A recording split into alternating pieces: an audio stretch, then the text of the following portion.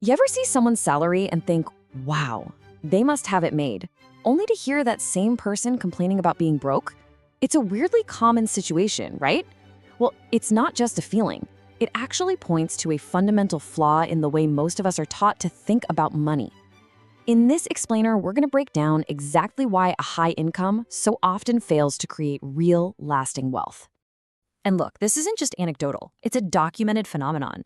This quote from Goldman Sachs really nails it. Financial stress isn't just a low-income problem anymore. It's climbing all the way up the ladder, which tells you the issue is way deeper than just the number on your paycheck. So how bad is it at the top? Get ready for this number. It's a real shocker. That's right. A staggering 41%.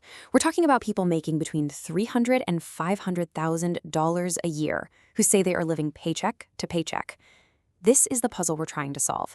It proves, without a doubt, that the problem isn't the amount of money coming in, it's the system that's supposed to be managing it. So here's how we're going to tackle this. First, we'll lay out this paradox. Then, we'll dive deep and diagnose the three core system failures, what I call a mechanical leak, a structural squeeze, and a behavioral flaw. And then, most importantly, we'll lay out a three-part architectural fix to rebuild the whole thing. Okay, let's get one thing straight right off the bat. If you feel this kind of financial pressure, even with a great salary, this is not a personal failure. You're not bad with money.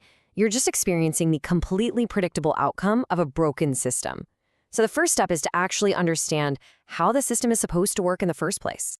And right here, this is the fundamental distinction that trips almost everyone up. Think of it this way. Income is a flow, like water gushing through a pipe. Wealth is a stock. It's the water that actually collects in a reservoir. You can have a massive, high-pressure fire hose of income, but you'll still have a bone-dry reservoir if your system is full of leaks.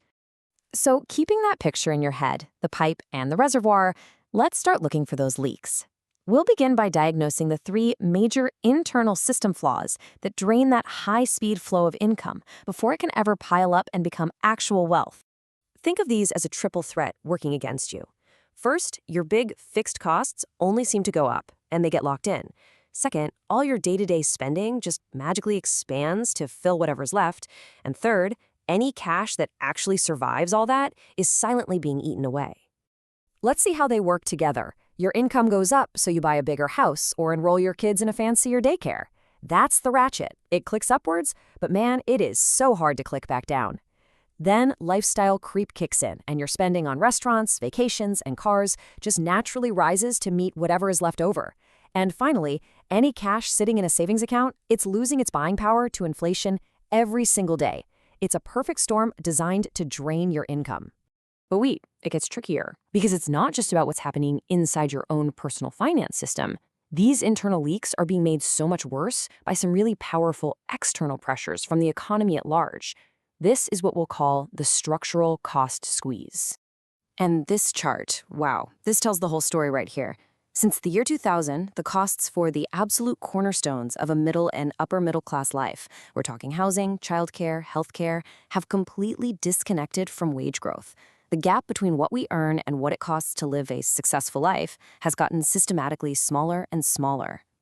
And let's put some hard numbers on that because it's pretty sobering. The average mortgage payment today is 40% higher than it was back in 1990, and that's after adjusting for inflation. And childcare, the average annual cost shot past $13,000 this year, up 30% in just the last 4 years. These aren't luxuries, they're the core costs of running a household, and they're eating up way more of our income. So, we've got the internal leaks and the external pressures. The third and final piece of the diagnosis is what you might call the user error in our own financial programming, the totally predictable mental glitches that stop us from building wealth even when we know we should. Now, these aren't character flaws, this is just how our brains are wired. First, there's hedonic adaptation. That little rush you get from a raise, it fades fast, and that new, higher income just becomes normal. Then you have social comparison. We constantly measure ourselves against what we can see our friends buying, the new car, the amazing vacation, not their invisible 401k balance. And finally, we do our mental math all wrong. We anchor our self-worth to our big, gross salary number, totally ignoring the much smaller, real-world number we have left after taxes and fixed costs. And what's the real-world cost of these little mental traps? Well, a recent study found that 40%, 4 out of 10 Americans, admit to overspending just to impress other people. That is social comparison in action, a hugely powerful force that pushes us to turn our income into stuff people can see instead of wealth they can't. Okay, deep breath. That was the full diagnosis. We've seen the internal leaks, the external pressures, and the behavioral traps that cause this whole system to fail. So what on earth do we do about it? Let's get to the good part, the blueprint for the architectural fix. You know, the power of this fix is all in the math. It's actually pretty stunning when you see it laid out. Take two people who both get raises from $70,000 to $100,000 over their careers. Person A just lets their lifestyle expand with their income, the default setting for most of us. Person B follows one simple rule. They automatically invest 50% of every single raise. The result? Over 25 years, that one tiny automated rule creates an extra $378,000 in wealth.